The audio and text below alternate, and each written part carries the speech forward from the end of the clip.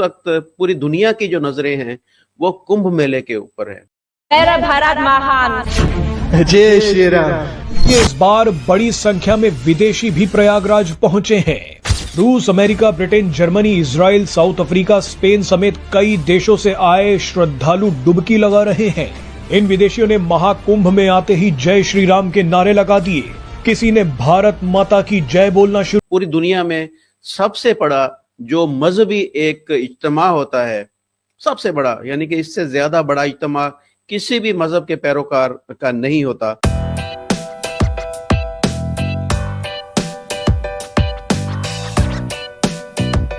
40 करोड़ लोग है ना, 40 करोड़ बहुत बड़ी एक तादाद होती है। ये कोई ये नहीं कि जो 2, 3, 4, 5, 6 लाख लोग आए हैं, ये तो एक बहुत बड़ी तादाद है। 40 करोड़ यानी कि ये तो ये समझे कि पाकिस्तान की आबादी से तकरीबन डबल से थोड़ा सा कम, यानी पूरा पाकिस्तान 2 दफा जाकर वहां पर नहा ले। या 144 साल के बाद भारत प्रयागराज में महाकुंभ मेला स्टार्ट हो रहा है। 2017 में यूनेस्को ने कुंभ मेले को कल्चरल हेरिटेज के तौर पर रिकॉग्नाइज किया। दुनिया भर के जो स्कॉलर्स हैं, चाहे वो London School of Economics, Oxford, हर जगह से, हार्वर्ड से भारत आ रहे हैं ताकि इसको स्टडी करें कि आखिरकार ये होता कैसे है। कैन यू इमेजिन, 40 करोड़ से ज्यादा लोगों की हम बात कर रहे हैं। देवराज सेव्यमान पावनं कृपांकजं ज्ञान यज्ञ सूत्रमिंदु शेखरं कृपाकरं नारदादि योगी वृंद वंदितं दिगंबरं काशिकापुरादिनाथ काल भैरवं भजे।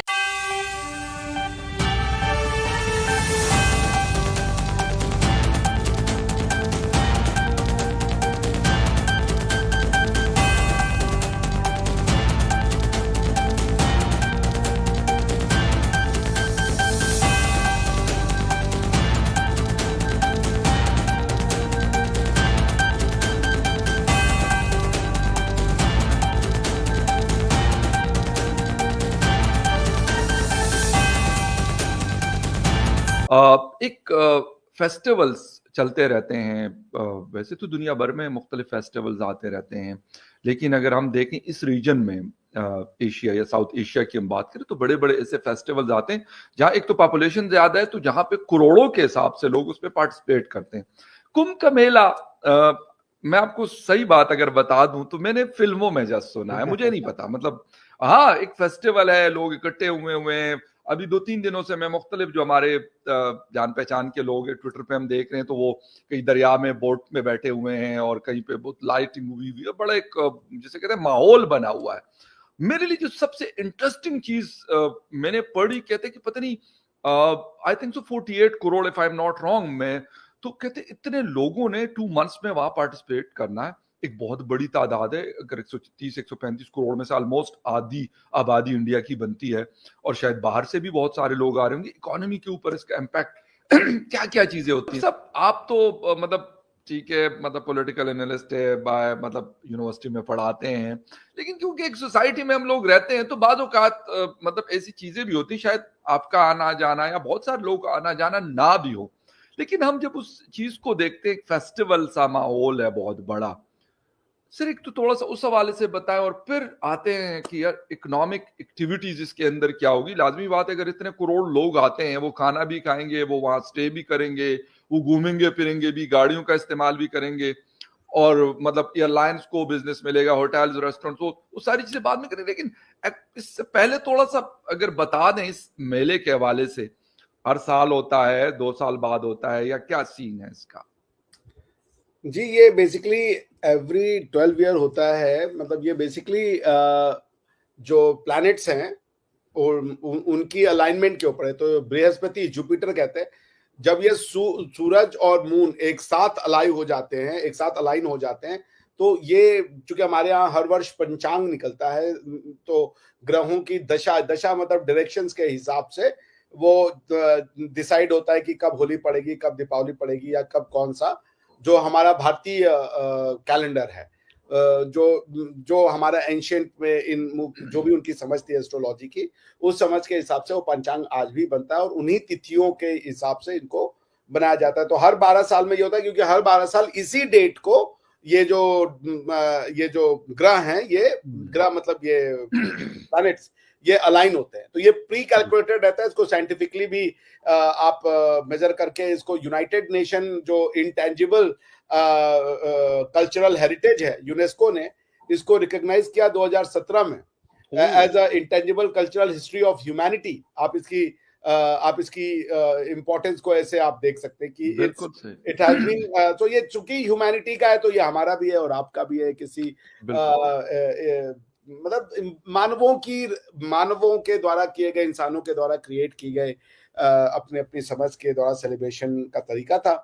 तो उसमें यही है कि एक पर्टिकुलर डे जब बृहस्पति यानी कि जुपिटर सन के साथ अलाइन होते हैं, मून के साथ, every 12 year this alignment takes place, और उसी दिन इसको महाकुंभ इसीलिए कहा जाता है। एक अर्धकुंभ भी होता है, वो भी जब ये हाफ वे रहते हैं तो वो 6 साल में एक अर्धकुंभ भी ऑर्गेनाइज किया जाता है। मगर ये महाकुंभ यही है, एग्जैक्टली ऑन दिस डे ये जब ये शुरू होगा तो अलाइनमेंट इन सारे ये जो प्लैनेट होंगे प्लस सन का होगा वो एक साथ आ जाएंगे। और जैसे हमारे यहाँ मकर संक्रांति होता है जो 14 जनवरी के आसपास शुरू होता है, जिसमें लोग पतंगे हमारे यहाँ उड़ाते हैं, आपके यहाँ पतंगे। तो वो जो मकर संक्रांति में भी यही होता है कि जिसको आप सन का जो डायरेक्शन है वो उत्तरायण से होके दक्षिणायन में या दक्षिणायन से होके उत्तरायण में जाता है, उस मूवमेंट के हिसाब से उसको फिर मनाते हैं कि वेदर जो है, सीजन जो है वो चेंज होना शुरू हो जाएगा। 144 साल के बाद भारत प्रयागराज में महाकुंभ मेला स्टार्ट हो रहा है। 2017 में यूनेस्को ने कुंभ मेले को कल्चरल हेरिटेज के तौर पर रिकॉग्नाइज किया। महाकुंभ मेला जनवरी से लेकर फरवरी तक चलेगा और इसमें 45 करोड़ लोग हिस्सा लेंगे जो गंगा नदी में डुबकी लगाएंगे, स्नान करेंगे।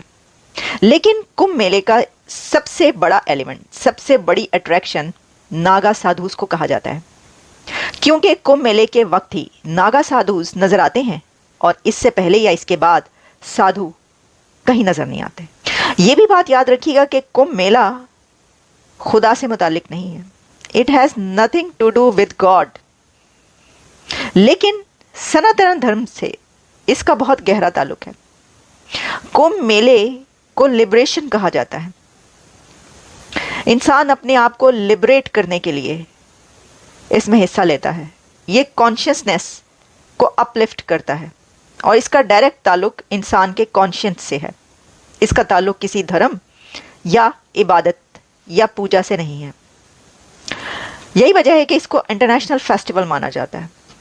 नागा साधुस अगर पहाड़ों से उतर कर आते हैं तो दुनिया भर से फॉरेनर्स इसमें शामिल होने के लिए इंडिया पहुंचते हैं। नागा साधुस की जिंदगी के बारे में ये कहा जाता है कि ये कभी शादी नहीं करते, कोई हार्ड एंड फास्ट रूल नहीं है, लेकिन फिर भी ना तो ये शादी करते हैं और ना ही फैमिली रखते हैं। इसकी वजह यह है कि इनकी सारी जिंदगी, पूरा जीवन पहाड़ों में गुजरता है। ऐसे बर्फानी माउंटेन्स में ये अपनी लाइफ स्पेंड करते हैं जहां पर एक आम नॉर्मल इंसान 1 घंटा भी ना गुजार सके।